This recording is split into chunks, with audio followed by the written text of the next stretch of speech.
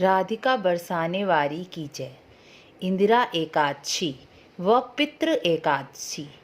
युधिष्ठिर ने पूछा, मधुसूदन, कृपा करके बताइए कि अश्विन मास के कृष्ण पक्ष में आने वाली एकादशी का क्या नाम है और इसका क्या महत्व है। भगवान कृष्ण बोले, राजन, अश्विन मास के कृष्ण पक्ष में इंदिरा नाम की एकादशी आती है।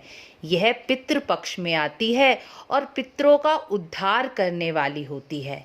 इस एकादशी व्रत के प्रभाव से बड़े बड़े पापों का नाश हो जाता है।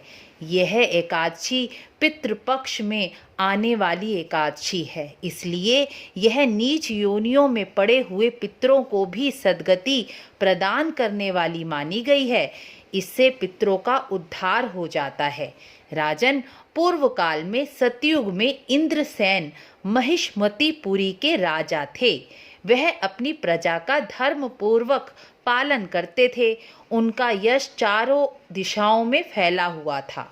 राजा इंद्रसेन भगवान विष्णु के परम भक्त थे। वह गोविंद के मोक्षदायक नामों का जप करते हुए समय बिताते थे। एक दिन राजा अपनी राजसभा में सुखपूर्वक बैठे हुए थे। तभी आकाश मार्ग से देवऋषि नारद उतरकर आए और उनके पास पहुँचे। उन्हें आया देखकर राजा ने हाथ जोड़कर प्रणाम किया और विधि पूर्वक पूजन और आसन पर बिठाया। बोले, हे मुनिश्रेष्ठ, आज आपके दर्शन से मेरे सभी यज्ञ क्रियाएं सफल हो गई हैं। आप अपने आने का कारण बताकर मुझ पर कृपा करें। नारद जी ने कहा, राजन सुनो, मेरी बात तुम्हें हैरान कर देगी। मैं ब्रह्मलोक से यमलोक गया था। वहाँ यमराज ने भक्ति पूर्वक मेरी पूजा कर मुझे आसन पर बिठाया। यमराज की सभा में मैं तुम्हारे पिता को मिला। पिता को देखा और वह व्रत भंग के दोष से वहाँ आए हुए थे। उन्होंने तुमसे कहने के लिए एक संदेश दिया है, उसे सुनो। उन्होंने तुम्हारे लिए कहा है कि बेटा, तुम मुझे इंदिरा एकादशी के व्रत का पुण्य देकर स्वर्ग भेजो। उनका यह संदेश लेकर मैं तुम्हारे पास आया हूँ। इसलिए राजन, आप अपने पिता को स्वर्ग भेजने के लिए इंदिरा एकादशी का व्रत करके उसका पुण्य अपने पिता को दे दो। राजन ने पूछा, भगवान, कृपा करके इंदिरा एकादशी के व्रत की विधि बताइए। यह किस पक्ष में और किस तिथि को किया जाता है। नारद जी ने कहा, राजन सुनो, मैं इस व्रत की शुभ कारक विधि तुम्हें बताता हूँ। अश्विन मास के कृष्ण पक्ष में दशमी के उत्तम दिन भक्ति युक्त मन से प्रातःकाल स्नान करें। दशमी के दिन एक समय भोजन ग्रहण करें और रात को भूमि पर शयन करें।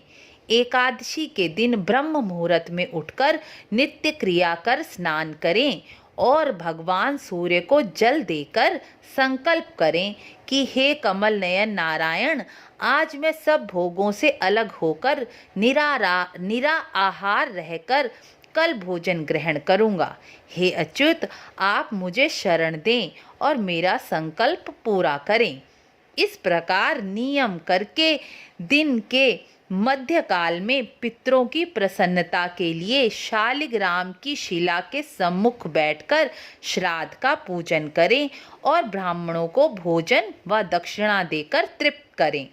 पितरों को दिए हुए अन्नमय पिंड को सूंघकर गाय को खिला दें। फिर भगवान ऋषिकेश का पूजन करके रात्रि जागरण करें। रात्रि में विष्णु सहस्रनाम का जाप व गीता के 18 अध्यायों का पाठ करें। ना हो सके तो केवल गीता के 8वें अध्याय का ही पाठ करें। इसके बाद सवेरा होने पर द्वादशी के दिन स्नान कर दोबारा मधुसूदन का पूजन करें। ब्राह्मणों को भोजन कराएं और स्वयं भाई बंधुओं नाती के साथ मौन होकर भोजन करें। राजन, इस विधि से आलस से रहित होकर उपवास करो। इससे तुम्हारे पितरों को वैकुंठ प्राप्त होगा। भगवान कृष्ण कहते हैं, राजन, राजा इंद्रसेन ने इसी विधि से इंदिरा एकादशी का व्रत किया। व्रत पूर्ण होने पर आकाश से फूलों की वर्षा होने लगी। इंद्रसेन के पिता गरुड़ पर आरूढ़ होकर विष्णु धाम को चले गए और राजा इंद्रसेन भी निष्कंटक राज्य को भोगकर अपने पुत्र को राज सिंहासन पर बिठाकर स्वयं स्वर्गलोक को चले गए। इस प्रकार मैंने तुम्हें इंदिरा एकादशी का महात्म्य बताया है। इसको सुनने से मनुष्य सब पापों से मुक्त हो जाता है और जो अपने पितरों की सद्गति चाहते हैं उन्हें एक इंदिरा एकादशी का व्रत अवश्य ही करना चाहिए। जो एकादशी नहीं रखते उन्हें भी पितृपक्ष में आने वाली यह एकादशी अवश्य ही रखनी चाहिए, जिससे उनके पितृ तृप्त होकर आशीर्वाद देकर पितृलोक को जाएं। राधे राधे।